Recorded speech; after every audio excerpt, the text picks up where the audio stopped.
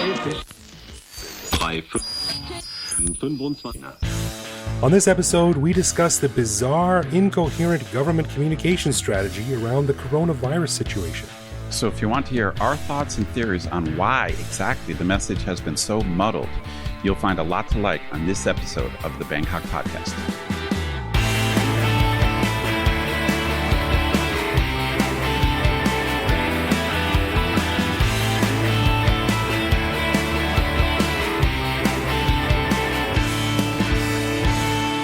Sawadee crap, you be listening to the Bangkok Podcast.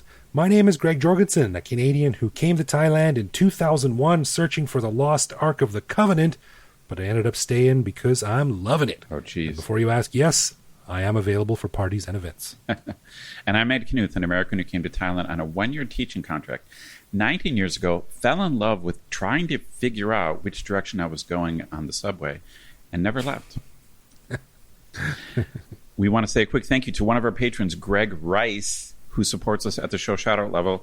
Stick around after we're done talking about the Thai government's public relations surrounding the coronavirus to hear why Greg just might be the most Bangkok non-Bangkoker we've ever heard of. And before we start, a huge thanks to all of our patrons who support the show. Patrons get a whole bunch of cool stuff, including our regular show a day early, behind-the-scenes photos and videos of our interviews, discounts on swag, which you can find on our website, and various other things that aren't available to our regular listeners. But best of all, patrons like Greg also get an unscripted, uncensored bonus episode every week where we riff on current events and random topics.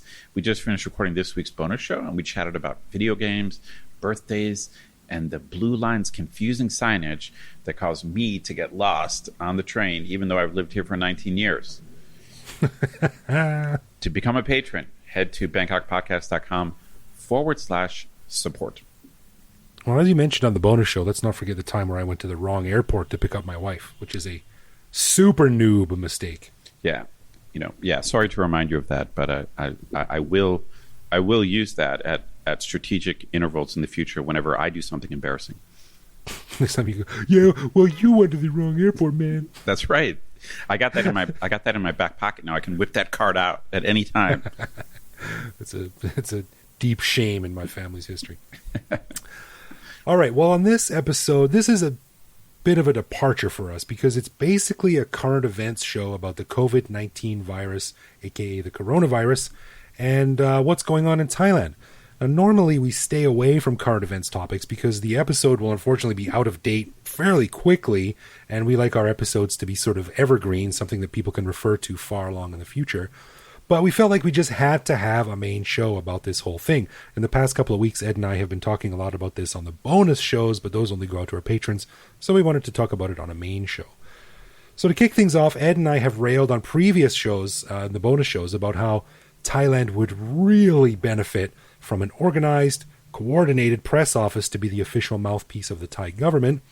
And this became frighteningly obvious over the past few days as the world starts to panic a little bit about the virus, and Thailand's public health ministry attempted to get some messages out. Instead of something that made sense, we got official announcements posted and then deleted from personal Facebook pages, shrugs, guesses, and deflections from officials, and so much conflicting information that people nearly literally stormed off of a plane when they read that they would be forced to undergo a 14-day quarantine upon arrival in Thailand, which of course turned out to be false. So we got to wondering, what the hell is going on? Is this type of communication breakdown endemic to corporate culture? Is it endemic to the military? Is it part of Thai culture? Or is it a problem with communication styles themselves? So let's kick it off, man. What do you think? Yeah, I mean, this is such a huge topic. I mean, so to clarify what Greg said, so we are going to talk about the coronavirus, but really the actually larger issue is this perennial, long-standing problem with bad public relations from the Thai government.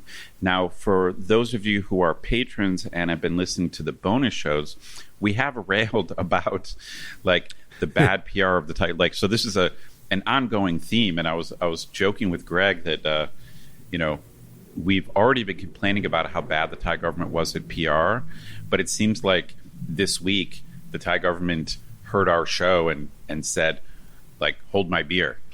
Because it's like it's like this week they decided to like just break all records at horrible public relations. It's almost like if there were 5 golden rules of PR that you learn like in public relations 101, I feel like the Thai government decided to break every golden rule. Pretty much. It's like so.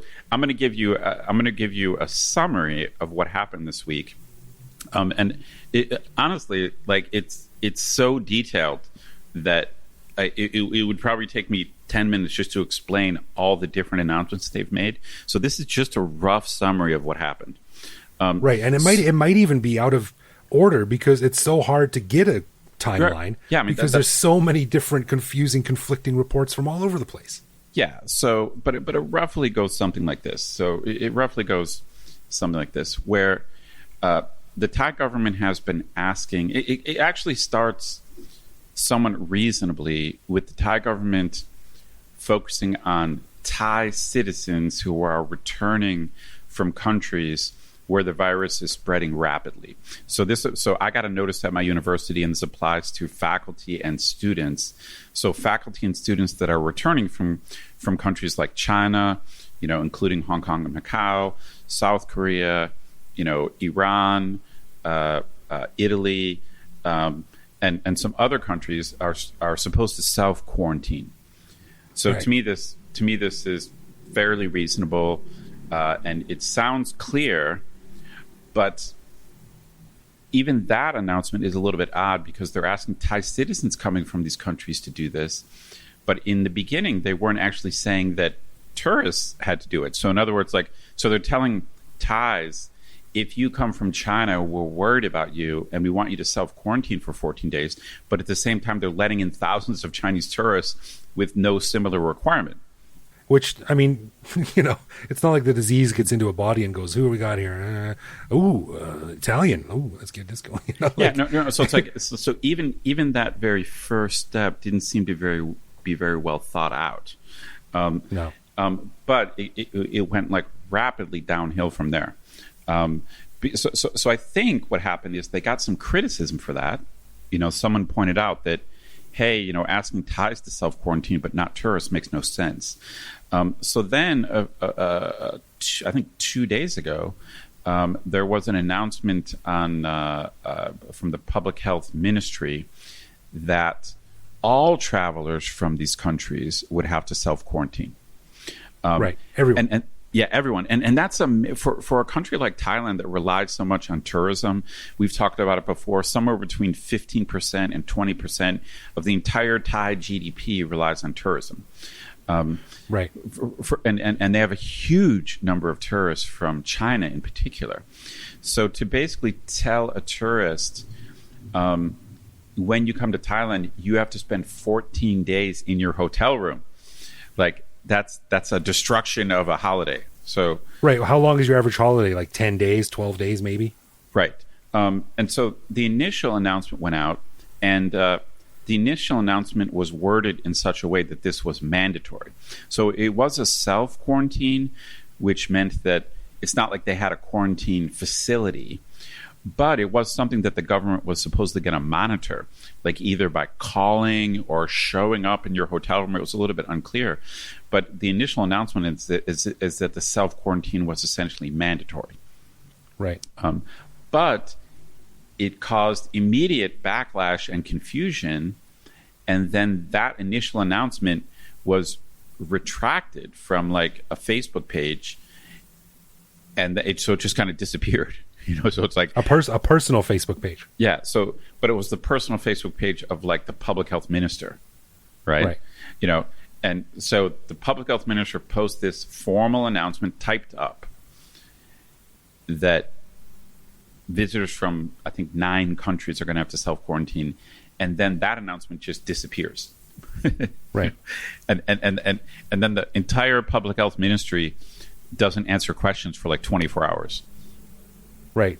And I think a couple of them were sort of like tracked down and asked and cornered, and they basically were like, I don't know. Yeah. Hang on. Just wait. We'll get back to you on that. That's exactly right. I mean, so essentially what happened is for 24 hours, the public health ministry refused to clarify their position, and it wasn't clear whether that initial post was valid or invalid. And again, if you've listened to our bonus shows, I'm going to sound like a broken record, but damn, the Thai government really needs just an office of public relations. Like they just need someone to be the spokesperson who's just available, maybe not necessarily 24 hours a day, but 9 to 5, 5 days a week. So you can just go to the PR. Because I think what's happening is, the people like the press, they don't really know who to talk to. And these ministers and ministries, they don't have proper professional communication training, and so right. Even the people in the ministries, they don't know who the proper channel is and who's supposed to be speaking to the public. Like there's no regime, or I don't know what the right word is. There's no like plan or set of rules, so they know how to communicate to the public. They then made a statement, and I definitely know this is true because I saw the statement. They then made a statement that the quarantine was not mandatory and that it was just a recommendation. Hey, if you're coming from Italy, if you're coming from South Korea, if you're coming from China, we recommend you self-quarantine. Okay, fair enough. And then that immediately got some flack because, obviously if you're a tourist and if you're given a choice and you're paying to come to Thailand, like I'm coming to Thailand for the beaches, and the government's saying, well, you can stay in your hotel for 14 days or you can go to the beach. If you want to, right. So telling people it's optional is almost worthless. So that got a lot of shit immediately. And then apparently the newest iteration, and we're trying to be up to date, but keep in mind, listeners, that there's a delay between what I'm saying and what's out when you listen to this. But right, we're recording this show on March 6th, by the way, Friday, March 6th. Right, on March 6th. So you're going to get this, like 5 or 6 days later. Please, you should stay up to date. But the newest word is they have reduced the number of countries to China, including Hong Kong and Macau, South Korea, Italy, and Iran. And the announcement basically says the quarantine is mandatory. And at the same time, they're essentially discouraging people from those countries of coming to Thailand, which I guess that kind of makes sense because, obviously once you're telling people they have to quarantine, then you're essentially telling them it's probably not the best time to take a holiday. Yeah, right. Now, I'm kind of a word nerd and a grammar Nazi myself. Now, I have a bone to pick with this press release. Now, see, I'm going to run this by you and see if it makes sense to you. Now, this was put out 2 hours ago, it says here on this thing. This is from tatnews.org, and it says, Thailand announced a list of territories outside of the Kingdom of Thailand defined as disease-infected zones of the coronavirus disease 2019 outbreak, namely Hong Kong, Macau, Korea, Italy, and the Republic of Iran. First paragraph. Next paragraph says, the announcement stated that Thailand remained at risk from transmission through travelers arriving from other countries, and this measure is to allow health authorities to prevent and control the disease efficiently, as well as to ensure effective surveillance of the disease. What measure? What measure are they taking? Did you pick up a measure there, like anything they're doing? The first paragraph announced the list of countries. The second paragraph said that Thailand remained at risk, and this measure is to allow health authorities to prevent and control the disease. What measure? And again, it says if the travelers feel these measures will be inconvenient, what measures? Yeah, I mean, that's just confusing language. I mean, it sounds like that there is a self-quarantine and that's the measure they're talking about. But actually, it doesn't explicitly say that there is a quarantine.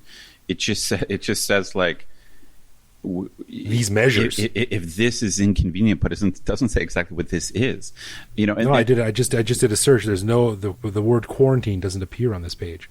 But Yeah. It doesn't say anything about measuring temperatures or isolating yourself from the general population. It doesn't say anything about anything. It's just weird. It's so weird. And even so, during the window when there was this announcement that there was going to be an enforced quarantine, during that window there was stuff on Twitter saying that people were arriving from China and just walking right through immigration as normal. Right. Other people said they had their temperature measured. Other people said nothing happened at all. Yeah. Some people said there were temperature monitoring stations that were unmanned. Right. So Richard Barrow tweeted a link out to this thing. Richard Barrow on Twitter, he's the king of all things Thailand. And this comes from the Tourism Authority of Thailand, which has not been at the head of the line when issuing sort of like updates on this stuff. That's come from the Public Health Ministry.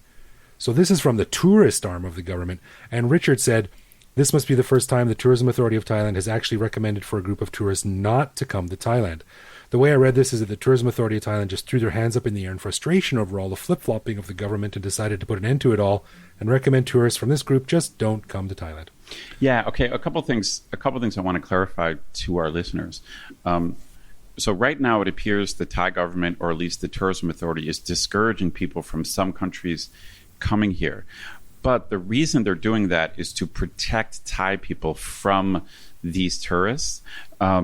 It's not to protect the tourists from something going on in Thailand, And right, so if you're right, yeah. So if you're not from China, South Korea, Iran, or Italy, then this has nothing to do with you whatsoever. But it does indicate that Thailand is worried. I mean, it is worried about the tourists. It is worried about incoming tourists. Yeah. And let's be clear here too. Like, we're not knocking Thailand. Like, I'm on Thailand's side here. I think hard decisions need to be made, and I think everyone might need to sacrifice a little bit here, because this is potentially a very, very serious thing. And if it gets out of hand, as we're seeing in China, like, it could have extreme consequences. So I think Thailand is right to take sort of extreme measures like this. Yeah, it's just the way they're doing it and communicating it is just a real all over the place. Yes. So I think our larger point is just that the Thai government is shockingly bad at communicating what their policy is, and their policies literally affect hundreds of thousands, maybe even more than 1 million people. I mean, remember, Thailand has 40 million tourists a year. So in the span of a month, they have a couple million tourists. And so they're not, the Thai government now is not sending a clear message to tourists whether they should or should not come to Thailand. This is like Switzerland putting out a thing saying like, hey, everyone, no skiing this season. Sorry about that. And then they rescind that order. And then like a few minutes later, someone comes out and says, actually, you could ski on these hills, but not those hills. Yeah. And then that disappears. And someone says, actually, only people from Italy are allowed to ski here, but British people have to ski over there. It's just like what are you talking about? These announcements affect 1 million people. I'll just use the 1 million as a random number. It might even be more than 1 million. It affects so many people. It's just amazing that they're not coordinated, and there's nothing consistent. Like I'm shocked. It's like I'm not a PR person, but it's just I feel that there's this massive gap in the Thai government when it comes to clearly communicating with the public. Yeah. Well, I am a PR person, or I was. I'm not formally trained or anything, but I did work in that industry for a number of years. So what do you think the problem is here? Because it's we've sort of touched on this on the bonus shows previously when we've talked about this. It's like the concept of a coordinated message is not that hard to understand. It's just carrying it out. Well, I think here's the question, and I think you and I might have different opinions on this. I think the question is the problem something to do with like the Thai government? Or is it somehow related to Thai culture? So we've talked before about, we did our segment on trying to summarize Thai culture. We've talked before about Thais communicating maybe a little bit differently than Westerners. So, I think one possibility is that there's maybe something about Thai culture that prevents the government from speaking clearly about this stuff. I mean, what do you think? Do you think this is a Thai cultural thing? Well, I think partly because we talked about this on a previous bonus show, but I think one element of it could be the fact that, like, a puyai, an important person within the government, wants to sort of take the lead. He wants to maybe be in the spotlight a little bit. That's not only Thai. I mean, everyone likes to be in the spotlight a bit. Everyone likes to take credit for something like a big, important project. But, you combine that with the fact that maybe some of his lesser subordinates might not feel appropriate double checking him or saying like, hey, actually, wait a minute, this doesn't line up with what this guy is saying because that's not culturally appropriate. Maybe the guy doesn't even check or anything. He just sort of wants to jump in the front of the line and do it. I think that might be one facet of it. Yeah. Okay. So I want to clarify that. So we talked on the Thai Culture Show about, Thailand having a more authoritarian, maybe more hierarchical culture than the West. So what might be happening here is, I think people who are afraid to make decisions because they're maybe looking up or waiting for a puyai. Puyai means big person or big man. So it might be the case here where some staff or people in these ministries, they don't want to say. And so that's why you get like very evasive answers, or people just say, just wait, because they're waiting for the big person to make the decision. And like, right. They don't want to take responsibility for it. Yeah, I think so. And this is another thing that is part of Thai culture. And I think there's a real lack of people wanting to take responsibility or accountability. This is why we sometimes find it really hard to get Thai guests on the show, because a lot of Thai people are really hesitant about going out there and publicly stating their opinion on something. Like, I come down on this side of the issue, right? Because then it's out there, Yeah, that could be it. Another thing. So I think I do think we have this hierarchical thing going on where they might be waiting for some higher status person to make the final decision. I think that might be part of the problem. Another problem could be, so we've talked before about how in general Thai people are pretty indirect, and I think it's safe to say Thai people don't like to deliver bad news. Right. So maybe there's this problem of just saying the difficult truth. Like, the bottom line is the Thai government right now probably needs to bite the bullet and just say, hey, we're really worried about the virus. Don't come to Thailand now. If you do, you must do these procedures. Like, it's just kind of it's bad news. And it's like maybe the Thai government just doesn't really know how to just be tough and just say, hey, this situation sucks. Like, Thailand sucks right now. Don't come here for like the next month. Could that be it? Like, it's bad news. Maybe they just. Can you imagine an official government guy going on and be like, man, this sucks. Yeah. Okay. Yeah. This is a shitty situation. Just don't come here right now. I mean, maybe that's it.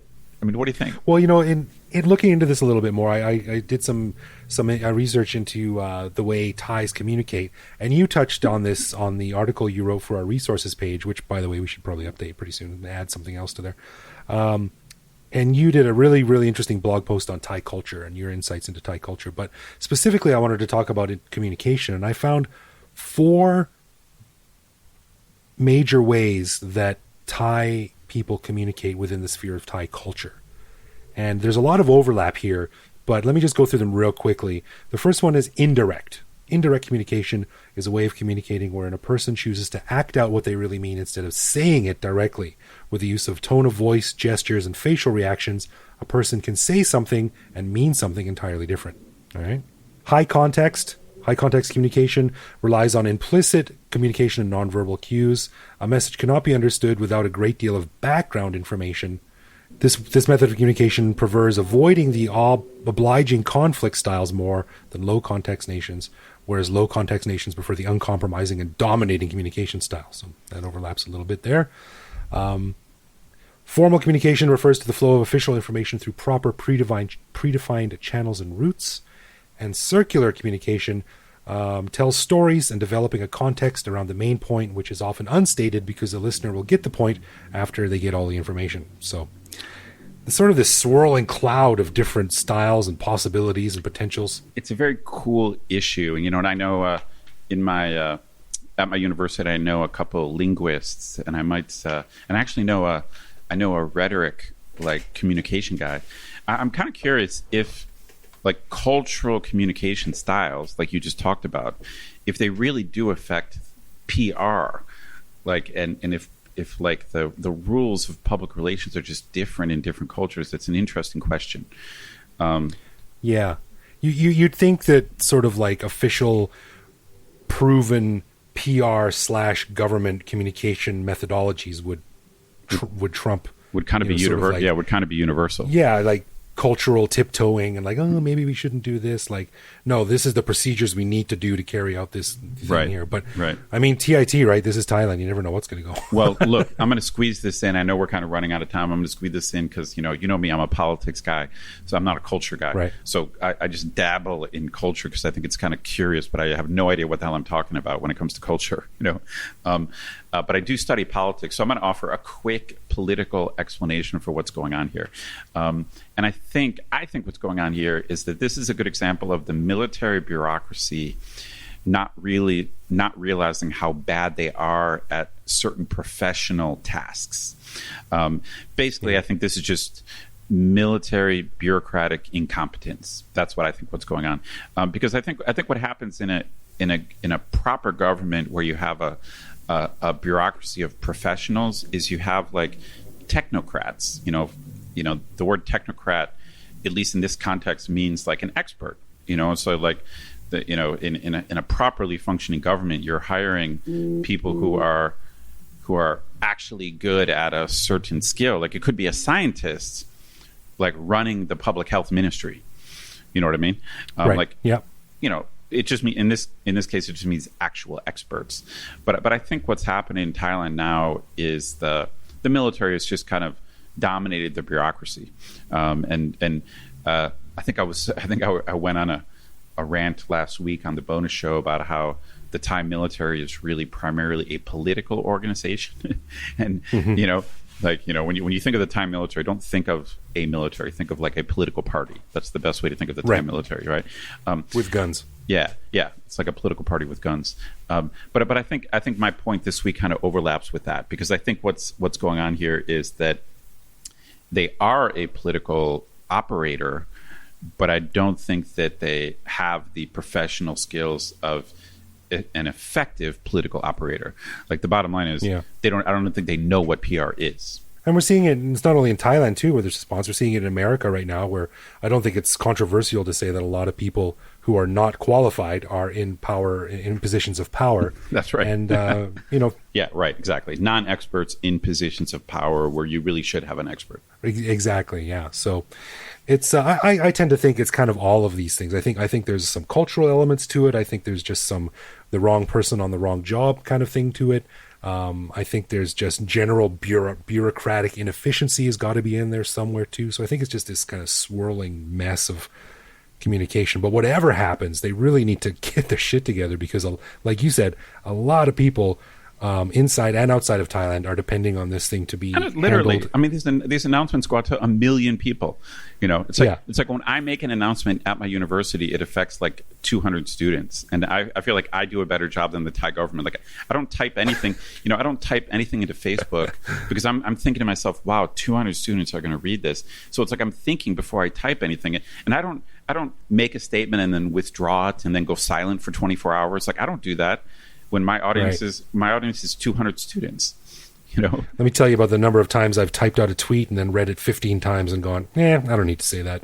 Yeah, and it's like they're making announcements that affect like a lot of people, and they're just not thinking. And they're just not thinking. Everyone from like retirees coming on like the trip of a lifetime to Somchai down on Koh Samui, who has a little bar on the beach, who serves tourists. Like there's a lot of people depending on knowing what's going to happen next. And I think this is potentially the biggest threat to one of Thailand's major industries in a long, long time. So it needs to be handled well. Yeah, they need to bite the bullet and just tell the straight truth.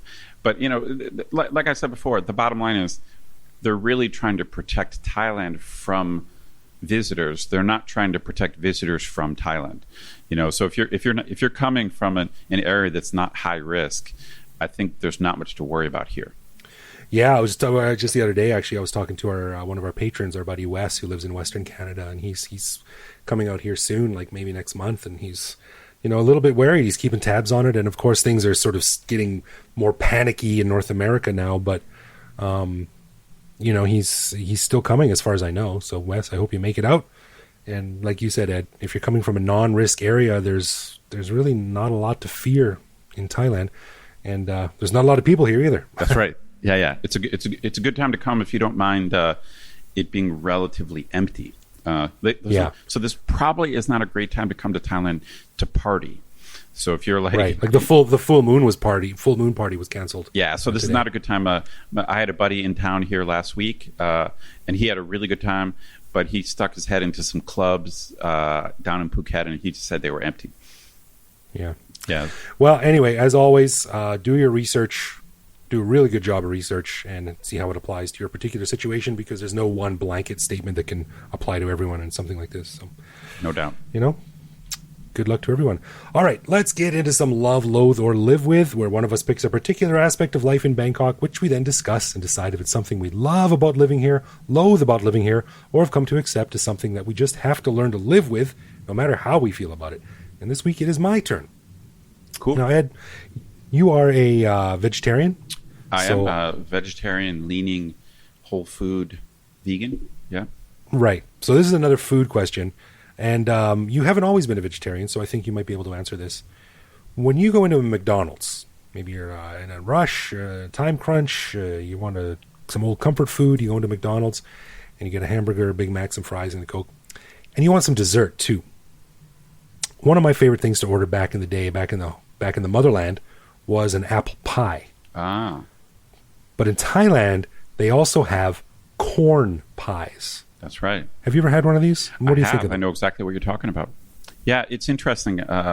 So short answer is I'm a live with. To be honest, when I first saw corn pies here, and I think I've seen taro pies as well. Yes, yeah. Taro pies as well. The sort of mushy tapioca-like root. Yeah, so I'm pretty damn sure there's no taro pies in the States. But I also don't remember corn pies. I mean, do you, in the States? No, I never saw them until I came here. Yeah, so I mean, when I first saw corn pies here, I was like, did we have those in the States?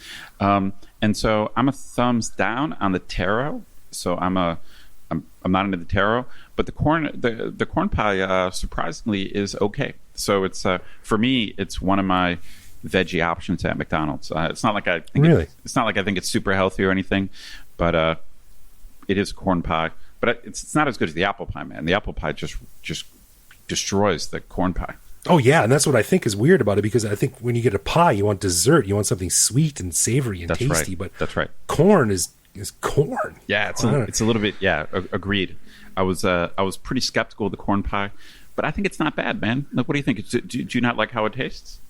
I'm a barely live with. I just find it a real sort of disassociation, because, no one will bake a cherry pie and put it on their windowsill to cool, and then bake an apple pie and put it on their windowsill to cool, and then bake a corn pie and put it on like, no one would ever do that. It's never happened. I don't know why they thought that corn would be good in a pie, but I'll eat them. They're all right, but they come in a distant second to any other flavor. Yeah, especially apple, which is just awesome. Yeah, apple's clearly superior. It's weird. I mean, one of these days we'll do another show on.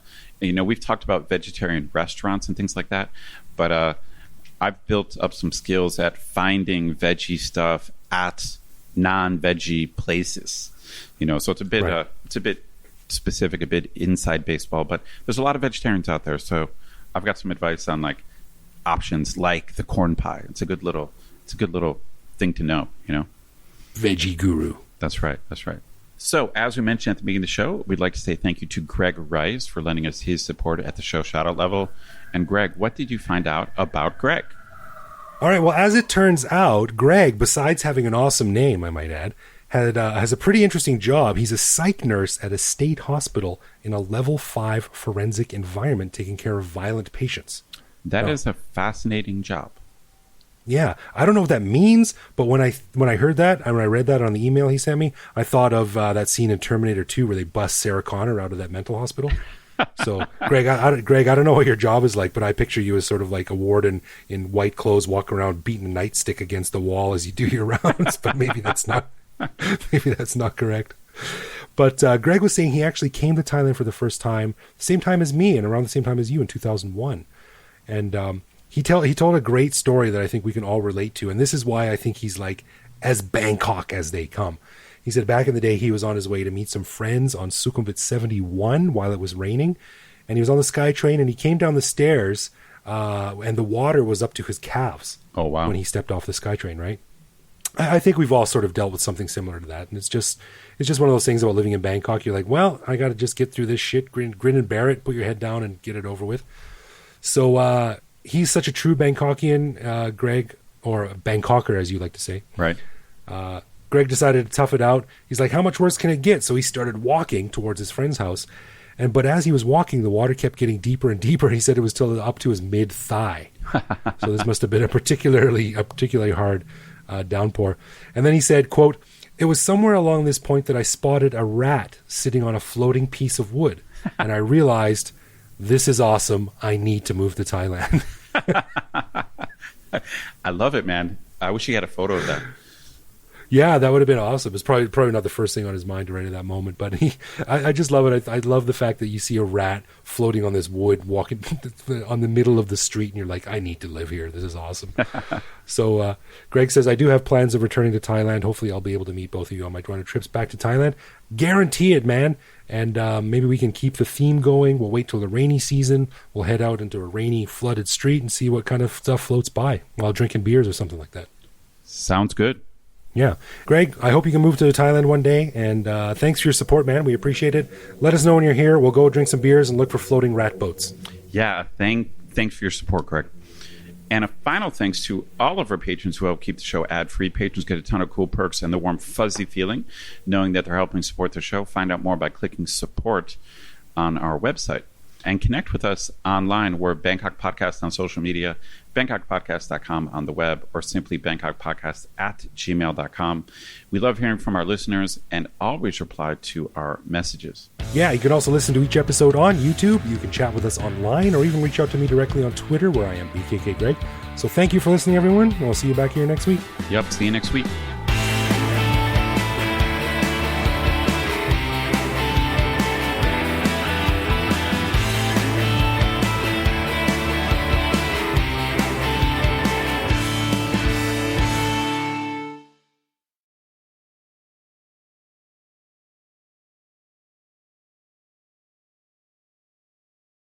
Oh, sorry. Come on. What is that shit called? ASMR? Is that right? Yeah, right. Do it. Maybe our listeners are really into my ASMR, dude. Well, that's something they can take up with you and them. I don't want to be involved in that. Maybe we'll get some more patrons. Like, can I hear some more of Ed's ASMR? Like, I want to hear him eat Indian food. Ooh. Gross.